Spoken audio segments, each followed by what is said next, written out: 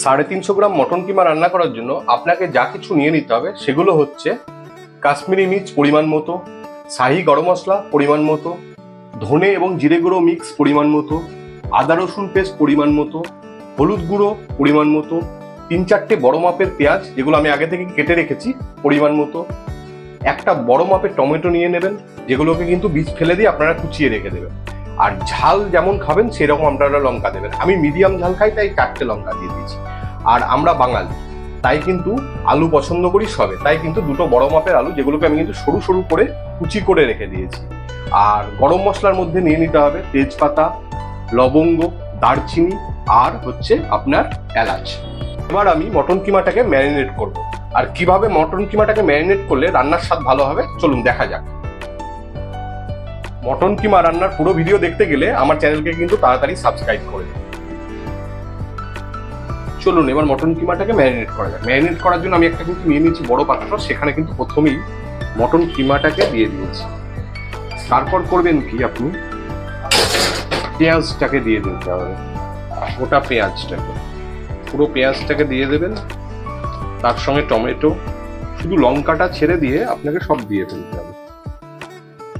Tomato, ধনে গুঁড়ো জিরে গুঁড়ো মিক্স পরিমাণ মতো আপনি দিয়ে নেবেন, যতটা মাংস ততটাই দিতে হবে।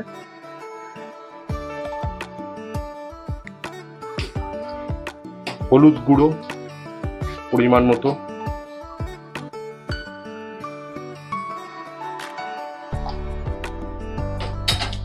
দিয়ে দিতে হবে আদা রসুনের পেস্ট,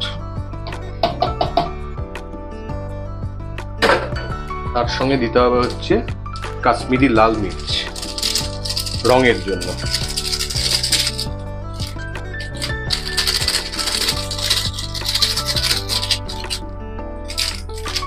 আর শেষে কিন্তু সর্ষের তেল দিতে ভুলবেন না, একটু মাখানোর জন্য, যাতে কিমার গায়ে গায়ে লেগে যায়।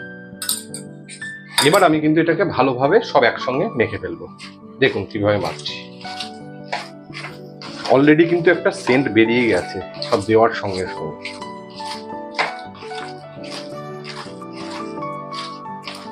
দেখুন এটা এইভাবে আপনাকে পুরোপুরি মেখে ফেলতে হবে। আর মাখানো হয়ে গেলে আপনার পুরোটাকে একটা ঢাকনা দিয়ে ফ্রিজ করে দিতে হবে আধ ঘন্টার জন্য। আমার মাখানো কমপ্লিট হয়ে গেছে। এবার কিন্তু আমি এটাকে একটা ঢাকনা দিয়ে ফ্রিজিং করব। আমি একটা ঢাকনা দিয়ে দিলাম। এবার কিন্তু এটাকে চলুন ফ্রিজ করে দিই আধ ঘন্টার জন্য। আমি মাংসটাকে মানে কিমাটাকে আধ ঘন্টার জন্য ফ্রিজে রেখে দিলাম। প্রথমেই গ্যাসটাকে ধরিয়ে নিয়ে কড়াই গরম হয়ে এলে আপনাকে কিন্তু নিয়ে নিতে হবে পরিমাণ মতো সর্ষের তেল। আমি কিন্তু ফরচুনের সর্ষের তেল ইউজ করছি এখানে রান্না করার জন্য। আর তেল গরম হয়ে এলে আপনাকে কিন্তু কেটে রাখা কুচনো আলুগুলোকে ভালো করে লাল লাল করে ভেজে রাখতে হবে। তেল কিন্তু এবার গরম হয়ে এসছে। এবার আমি আলুগুলোকে ফেলে দেব এবং লাল লাল করে ভেজে নিয়ে আবার তুলে রাখবো।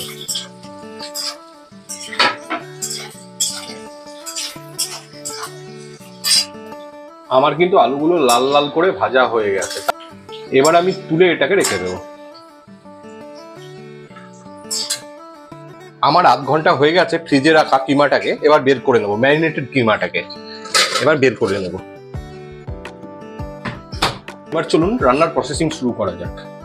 আমি যে গোটা গরম মশলাগুলো নিয়ে নিয়েছিলাম এবার কিন্তু একে একে গরম তেলের মধ্যে এটা দিয়ে দেবো। তার সঙ্গে দিয়ে দেবো কিন্তু ছিঁড়ে রাখা লঙ্কাগুলো আর অল্প পরিমাণ একটু চিনি।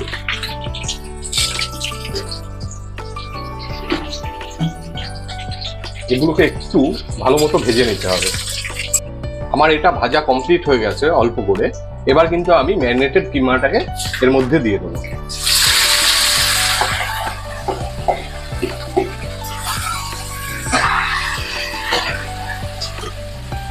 এবং আপনাদের আর কিচ্ছু কাজ নেই, শুধু কিন্তু এটাকে এবার কষিয়ে যেতে হবে যতক্ষণ না এটা রান্না কমপ্লিট হয়।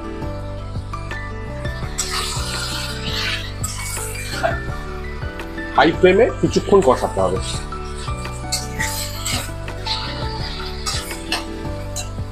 হ্যাঁ, আর স্বাদ মতো কিন্তু লবণটা দিতে ভুলবেন না, পরিমাণ মতো কিন্তু লবণ দিয়ে দিতে হবে রান্নার। আর রান্নার শেষে দেখে নেবেন টেস্ট করে, লবণটা যদি না ঠিক হয়ে থাকে তাহলে কিন্তু আর একটু পরিমাণ মতো মিশিয়ে দেবেন।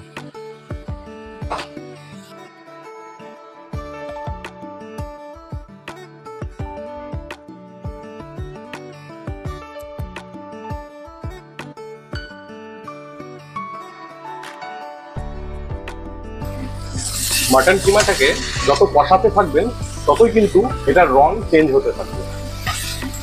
একটা ভালো সুগন্ধ কিন্তু অলরেডি কিচেনে ছড়িয়ে গেছে।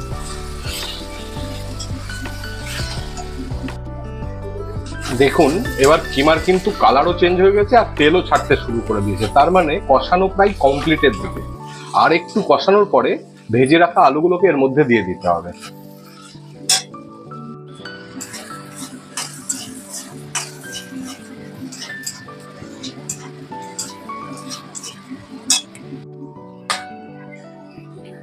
আমার কিমা কষানো প্রায় কমপ্লিটের দিকে, তাই কিন্তু আমি ভেজে রাখা আলুগুলো এর মধ্যে দিয়ে আরেকটু কষিয়ে নেব, যাতে আলুগুলোর মধ্যে মশলা লেগে যায়।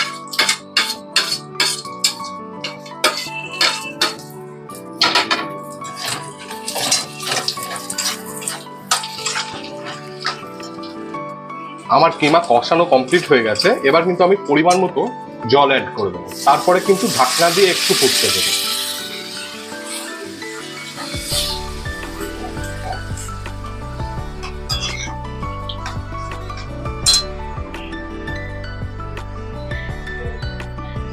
এবার কিন্তু আমি একটা ঢাকনা দিয়ে এটাকে কিছুক্ষণ ফুটতে দেব, ঠিক এইভাবে। দেখুন বন্ধুরা, মটন কিমা থেকে এবার তেল ছেড়ে দিয়েছে, কষানো কমপ্লিট, রান্নাও প্রায় কমপ্লিট। লাল লাল ঝাল ঝাল মটন কিমা কিন্তু আমার রেডি। এটা কিন্তু আপনার বাড়িতে রুটি, পরোটা এবং লুচির সঙ্গেও খেতে পারেন। যা ইচ্ছে আপনি তাই দিয়ে খান, সবেই কিন্তু ভালো লাগবে। এবার রান্নার শেষে কিন্তু অল্প করে গরম মশলা, যেটা আমি এর খুন্তির মধ্যে নিয়ে নিয়েছি, অ্যাড করে দিলাম। আর দিয়ে দেবো অল্প একটু ঘি।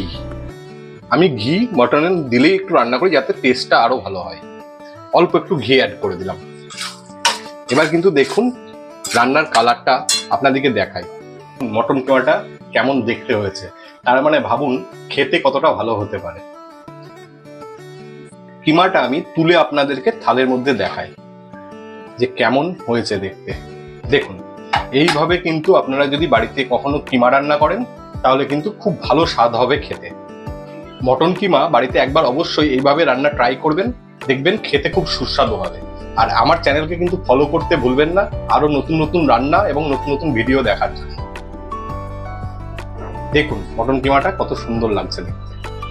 বন্ধুরা, আমি আজকে মটন কিমা খাবো হচ্ছে রুটি দিয়ে, আর সঙ্গে নিয়ে নিয়েছি কাঁচা পেঁয়াজ আর মিষ্টি। ভাবুন কেমন জমে উঠবে। আপনারাও কোনো একদিন বাড়িতে ট্রাই করে দেখুন, আপনাদেরও ভালো লাগবে।